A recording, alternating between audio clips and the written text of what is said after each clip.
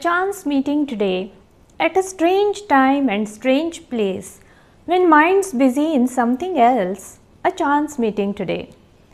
The aimless turn of the eye and your sudden appearance ahead, a chance meeting today. The poem describing this delicate experience of an unexpected meeting with the loved one, the overwhelmed mind and its inability to express its feelings is written by the well-known poet Anil and appears in his book Sangati. It mirrors the way a reader sometimes gets acquainted with Anil's verse. A discerning reader may have missed reading his poetry because of comparatively unpoetic names of his collections such as Dashapadi, which means 10 lines, or Bhagnamurti, which means a desecrated statue, or because of the mostly used free verse. But when such a reader stumbles upon Anil's poetry, she is astounded by their depth of meaning. Today, in the 48th episode of Granthayatra, we are going to peruse two of Anil's collections of poetry, Sangati and Dashapadi. Anil's original name was Atmaram Ravji Deshpande. He was born in the year 1901 at a place called Murtijapur in the Vidarbha region of Maharashtra. After obtaining a Bachelor of Arts from the Fergusson College in Pune, he completed an LLB and began to practice as an advocate. Later, he worked on many senior posts in the education field. His first collection of poetry called Phulvat was published in 1932. After writing 3 long poems and publishing another collection called Perteva, Sangati or Companion was published in 1961. Anil is known to have introduced the form of poetry called Dashapadi or verse with 10 lines. His collection of poetry with that name was published in 1976 and contains some poems already published in Sangati and some new ones.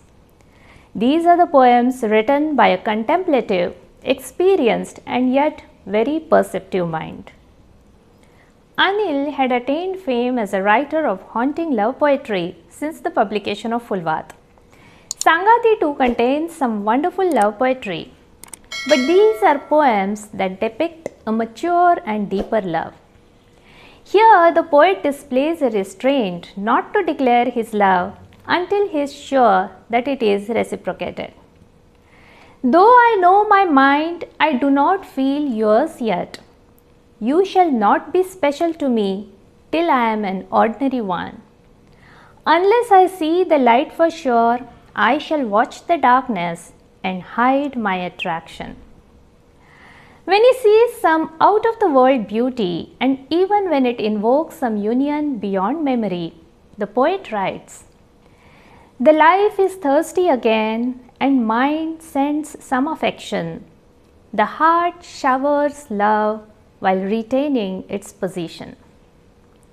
He has complete faith in his lover's loyalty, but he is also aware of his own helplessness. It was ordained that we would meet in the dream. You would not mind this dark night or would be stopped by this storm, the lightning or this torrent of rain. Crossing the moor and the swollen streams, you will come. But I am doomed. I can neither sleep nor dream. The poet has experienced the fulfillment of love and the companionship of lasting tenderness. He says, "There were nights when I could have collapsed. There were nights when I could have collapsed or changed forever. Such were the times. I do not know how I survived, nor did I know it then. There wasn't much to go by, just your hands in mine." The poems of love in this collection do not display the impatience of youth, nor do they insist on a reciprocity, nor do they mourn the lack thereof. I have suffered much the pain of love and relished its joy even more. I gathered all this a lot and scattered away much. The poet not only has faith in his own feelings but also values the love he has received from his beloved. The sorrow stems from the parting caused by destiny. How did the base below your feet vanish all of a sudden, on which I still tread the lonely path alone? Vijaya Rajadhyaksha, the poet and noted critic, writes in the preface to Deshapati that Anil's field of experience was very rich. He was well versed in the arts of painting, sculpture, and music. His poetic mind was formed by these experiences. Love and nature were the two nuclei of his world of experience. Nature does not appear as a mere backdrop in Anil's poetry, but as an entity with whom the poet engages in conversations. Sky is blue and clouds white, a little nip in air, tender morning congenial, a green shadow on earth. In this atmosphere, the black soil then begins to worry why the cotton has not blossomed yet, and someone whispers to chrysanthemum not to rush into flowering yet. Look how charmingly he describes the jasmine blooming after a shower. When charm dissolves into softness and beauty ducks behind purity, one watches a waking dream of the essence of ecstasy. In his poem Ran Rani or Queen Nature, he says, "Enough, O rain, the Queen Nature is already dripping wet." In his poem Rambha Garbha or the Plantain Womb, he describes the flowering of the tree in a dramatic manner. The wind whispers and the sky listens. The wind whispers and the sky listens. The night is aware a little as the flower emerges from the plantain womb. The poems in Sangati that are based on the poet's own feelings and the restlessness of his mind appeal to the reader's heart. Dark is the night, not the silvery sea, but a shower of stars, not even a distant lamp. Darkness closes in tight, deep inside it though shines the familiar light. Dark is the night. The poet is now content with his life experiences. His thirsty soul is satiated with a rich experience of joys and sorrows, hopes and disappointments, the respite of companionship, and the fragrance of love. And now he is prepared for the final journey.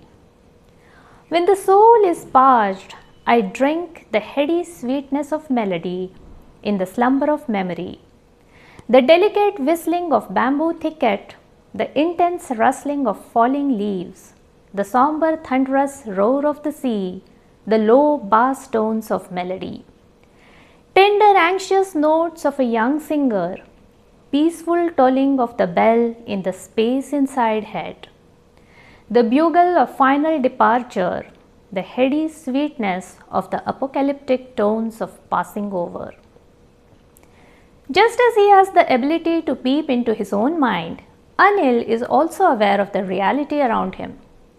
Many of his poems have been written in a state of restlessness because of the stark reality. Stunned by the sectarian violence of 1947, he writes, "Newspapers I am unable to read now. I pick them with sorrow and throw them away. Reading their bold headlines, the black nails and steel hammers they hammer into my head." Watching the placid people of his times, he writes, "They will forget, the present shall too, it's true. But history will not forget, nor forgive. This too may be true." Anil is troubled because there is no loyalty left in the lives of people. Instead of living inspired lives for some noble cause, they are leading sapless, placid lives. In one of his famous poems, he says, "Why are all the lamps dim now, their flames flickering? For a moth to plunge and give up its life, no light burning. How did the voices freeze? One that will hastily awaken echoes, no such call from any being. Shattering of hopes and suppression of revolt, compromise everywhere. Why did they all cool their heels? Why did they freeze? His poem, The Cock, is an allegory on the life of people living pitiful and confined lives. People who are left to rot in circumstances similar to a hen coop. And this fearsome reality robs him of his sleep. I lose my sleep, the mind wakens with a start from its deep slumber, and I lose sleep. When burning memories return and rend my heart mercilessly, I lose my sleep. Though the harsh reality makes him sad, Anil never despairs. His poetry then overflows with the strength to oppose that reality. Where do I get this vigor from? My bowed head rises, the looser hands begin to clench their fists. The stooping back stands upright to lift the weight. Tired feet try to ascend the blocked streets. Where do I get this vigor from? This energized heart of the poet then fills with the sympathy for others. He writes, "Let the poor fellows enjoy the produce.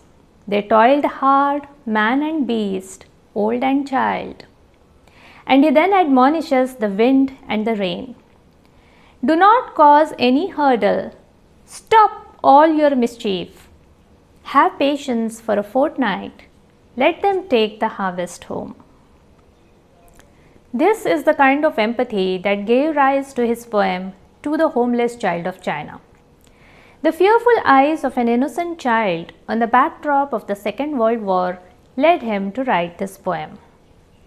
A scared little child invokes paternal affection in his heart, and subsequently his thinking mind notes that he is a Chinese homeless boy. Naturally, the poet realizes the reason for the child's fear and tears, and he condemns the war that has caused the despair of the child. The inhuman selfishness that causes wars unsettles him. O abandoned child from China, countless children like you, homeless, abandoned or separated from parents, are roaming in wilderness, thousands of them perhaps. But the poet is confident that this deteriorating world will end and give rise to a world full of humanity. From the pyre of the withering world will rise an immortal bird, carrying the staff of new commands and new expectations under its wings. We have with us today Dr. Shyam Dhond, who has studied the poetry of Anil, the poet who valued humanism and hope.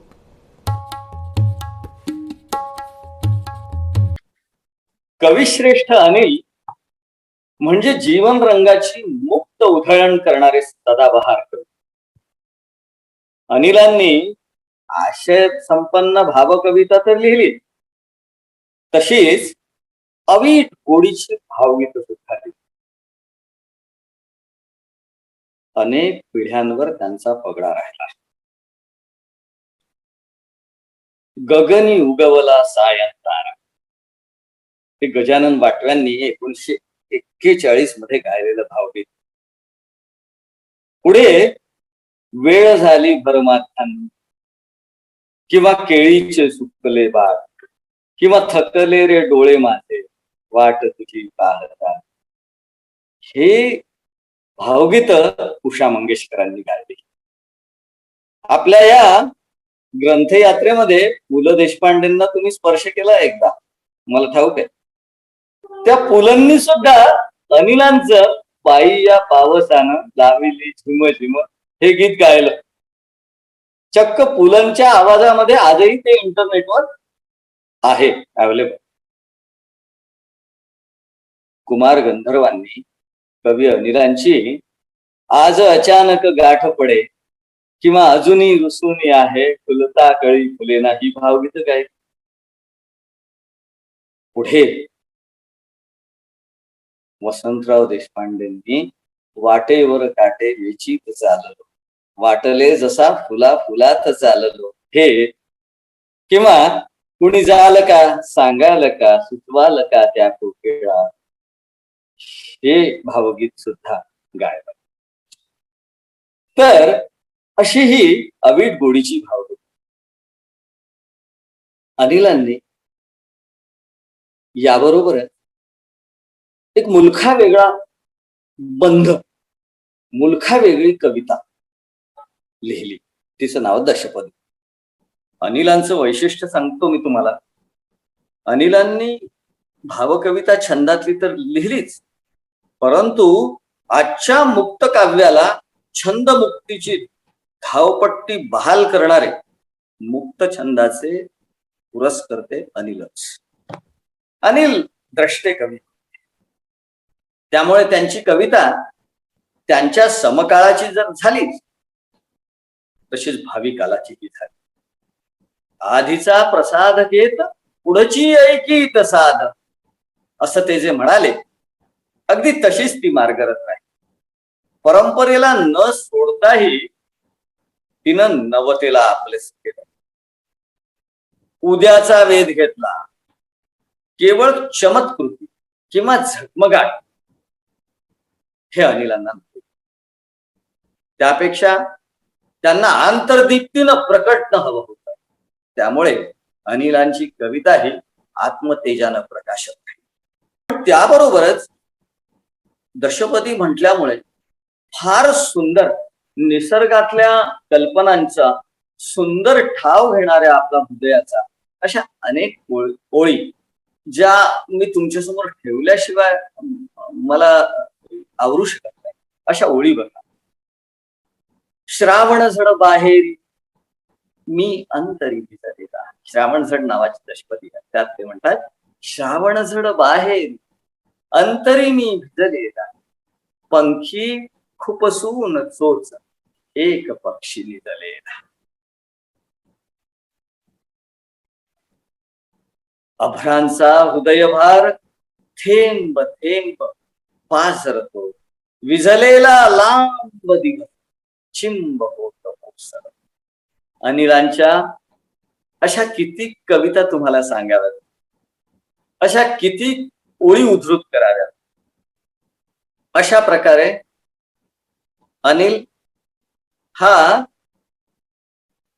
आधुनिक कवितेपासून तर उत्तर आधुनिक कवितेपर्यंत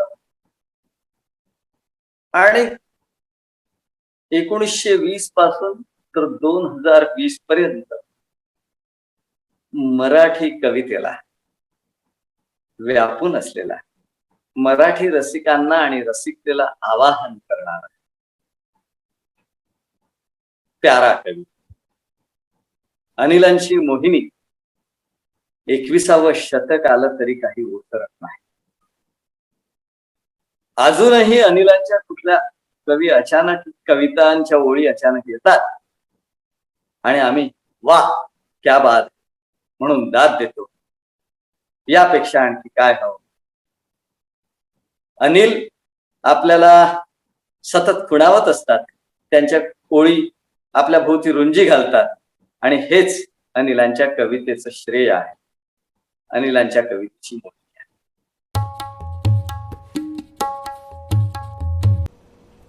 I am confident that you will like the poetry of Anil, who has expressed his rich feelings in their pure form in his poetry without adorning them in any way.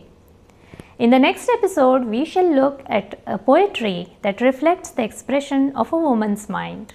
Until then, keep reading.